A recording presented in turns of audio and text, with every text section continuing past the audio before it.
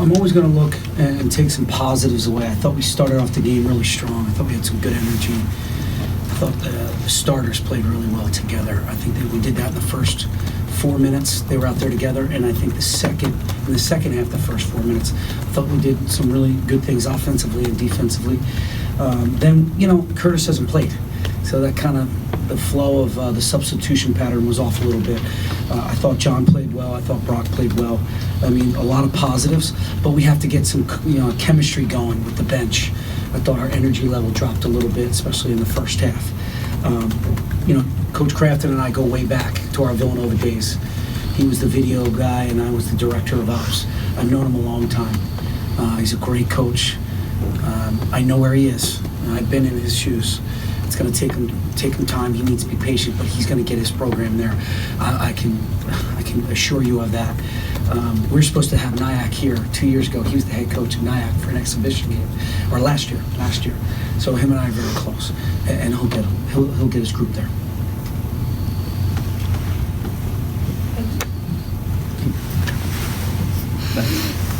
What did it mean to you to have that version of Mike playing in a regular season game, and not just physically, but he looked like he was having fun out there, again, if I'm not reading too much into it? No, you're not, and I thought he did that against Delaware, and I thought he did that in the second 20 minutes of the secret scrimmage. I thought, again, it's day-to-day, but he's in a good space right now. His energy level, his second jump, it's just refreshing to see. Again, you just said how happy he looked out there. Yeah, he is happy. He's happy to be on the floor. He's happy to be with his teammates, and he wants to do something special. What does it mean to you, though, that having seen what he's gone through and stuff with? Yeah, everything's been, it's really a tribute to Sandy and the administration and all of us for staying the course. He's on course to graduate, and he's playing good basketball. It's only one game, but still, I'll count the Delaware game. It's 2 games in a row. One day at a time. Pat, one thing that Jason mentioned is that he mixed up defenses throughout the game. How do you feel that the half-court offense worked today, and what are the keys to kind of getting it to where it needs to be? Well, in certain situations, I thought we did a nice job, especially the starters, getting the ball below the free throw line, attacking the paint, and getting some really good shots. They did a nice job of keeping us off balance, but we were prepared for that. We've been working on our motion and concepts since the summer.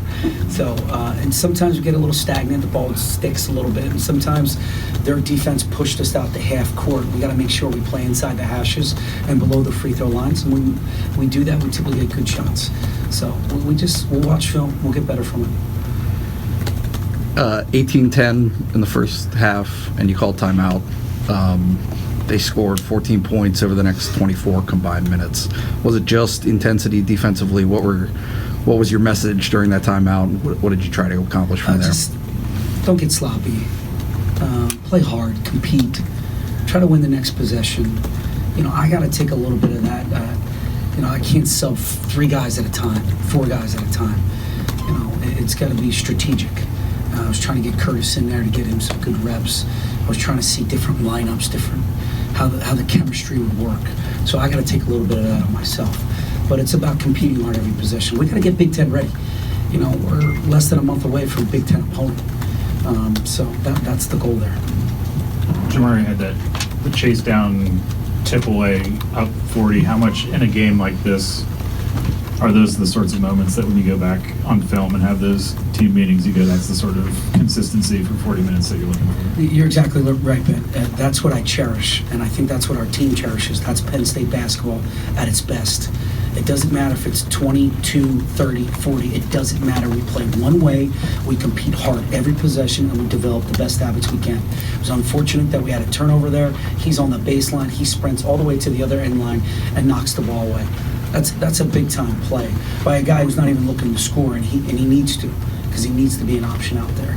And we'll talk to him about that. But, what he means to this team, he's the heart and soul for sure. Seth got 14 minutes tonight. What do you hope to get out of a first experience like this for a kid like that? You know what's great, and you guys know this because you've been with me since day one. Typically in the past, Seth Lundy's starting on this team. My past history, he's starting on this team. He doesn't have to start. We can be patient with him. We can put him in there, get him some good solid reps, good solid minutes. Let him make mistakes. Let him play through some mistakes. He's only gonna be better from it. He's only gonna grow from it. And then we'll watch his 14 minutes one-on-one with an assistant or with myself, and he'll continue to learn and get better. And where he needs to get to by January, we'll get him there for sure. Maybe some initial impressions without looking at the He film. plays so hard. You're talking about Seth, right? Yeah. He plays so hard. He competes hard. I mean, he's even complaining at the refs up 40. I mean, that tells me he's got one way and one way only. He's got a high motor. So he's going to have a bright future for sure. Coach, this morning when Curtis woke up, he didn't even know if he was going to be able to play tonight or not. He ends up playing the second most minutes for you tonight. It seemed like he kind of started to figure it out there in the second half with that second unit. What were your first observations of him like in his first game in an Indy line? Little rusty, but I wanted to get him, get the rust off. We got to get everybody up to speed. Like I've been saying, we got to get some chemistry going, get a good substitution pattern going, where our starting five's playing at an elite level. Well, the guys that are coming off the bench who are fighting for starting spots are not that far behind. So we need to keep it at an elite level. So that's what I'm going to look for out of Curtis. I already talked to him after the game. Hey, you got to keep us high at an elite level, and intensity's got to be high. But I thought once he got those minutes in early in the second half, he found his rhythm, he found his groove a little bit. Pat, I remember a time when Lamar would make 1 3 and it'd be a huge deal. A couple of years ago, is 5 attempts in a game from outside the 3-point line what we should expect now? You know what? If they're open, if they're good shots, if his feet are right and everything's in rhythm, yes. I'm not going to tell Lamar Stevens, who's working on his 3, very hard. He's in the gym all the time. I thought he had good looks. I didn't think he took a bad one. I don't think he rushed it. They're all in rhythm shots, so they're good shots for us. Pat, you guys play with a lot of aggression defensively. How important is it going to be for this team to turn that defense into offense as you go throughout the year? We need easy baskets. We need easy baskets. I think every coach will say that. Easy baskets lead to confidence. They lead to more energy. And then you know what happens when you get easy baskets, which are layups and dunks? 3s start to fall in as well. So it's a domino effect. And I used my 3-quarter court really strategically tonight. Just when I thought I had the right lineup in there, or I thought when we needed a little bit of boost or energy, and I thought it gave it to us. Pat, MJ led all players with 6 assists tonight. How have you seen him grow as a facilitator, and do you expect him to have that role night in and night out, or is it going to kind of spread around? And the funny thing is I was the hardest on MJ tonight. Just both sides of the floor, commanding his team. MJ's a quiet kid, but he can't be quiet on the floor. He needs to be loud. We talked about it before the game, communicating loudly, and he needs to really buy into that. He's becoming a very good point guard, as you guys can see. He's an option out there. He can make 3s. What was he, 2 for 3 from 3? And he set the table, 6 assists, like you said, 2 turnovers. That's a big time. That's big time for a sophomore. Now remember, he only played 7 or 8 minutes last year. So this is all new for him. He's got to grow into it too. What type of 3-point shooting team do you think you have this year? When it's all said and done, I think we're going to be one of the better 3-point shooting teams in the Big Ten. Obviously, Miles, I expect that from him. But I think Curtis, when he gets the rust off, I expect him to be right along there with Miles. I think people don't realize how good of a shooter Marion Jones is. He's a very good shooter. And Lamar's putting in the work. And I would tell you, Isaiah Brockington, he shoots good ones. So he might not shoot 6 a game, but he's going to go 2 for 4, or he's going to go 1 for 3 because he shoots good ones. And that's what you need. And Seth Lundy's a very good 3-point shooter. Pat, they credited you for 10 steals. It seemed like you had more than that. There must have been a bunch of deflections in there. You touched on this a little bit, but being able to bring the length and speed off the bench in the backcourt and even with Seth, how important is that to doing what you want to do kind of defensively and sort of, forcing the pace as you were talking. Yeah, and that's the depth that we're talking about here. We can go to our bench.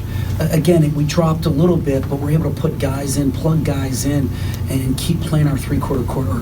They're so long. I mean, Curtis is 6'3", Miles over here is 6'4", 6'5". They're long, they're bigger, they're stronger. But Curtis is a senior. He's older. We're not putting freshmen and sophomores in. Brockington's a redshirt sophomore, and he's built like a stud. So you're putting guys with Lamar and Mike anchoring the back.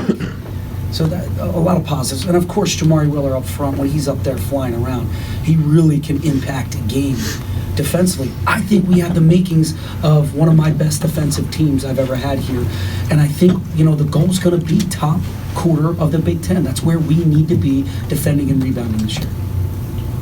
Pat, you guys had a 20-point lead going into halftime, and yet it seemed like you guys got shot out of a cannon there when you guys came out of the break. What did you tell your guys during the halftime break for them to come out with so much energy there? It really wasn't me. It was really them. It was really the leadership. It was really the guys in the jerseys. I don't think they were too happy with the way we finished the half or the middle part of the half, let's say.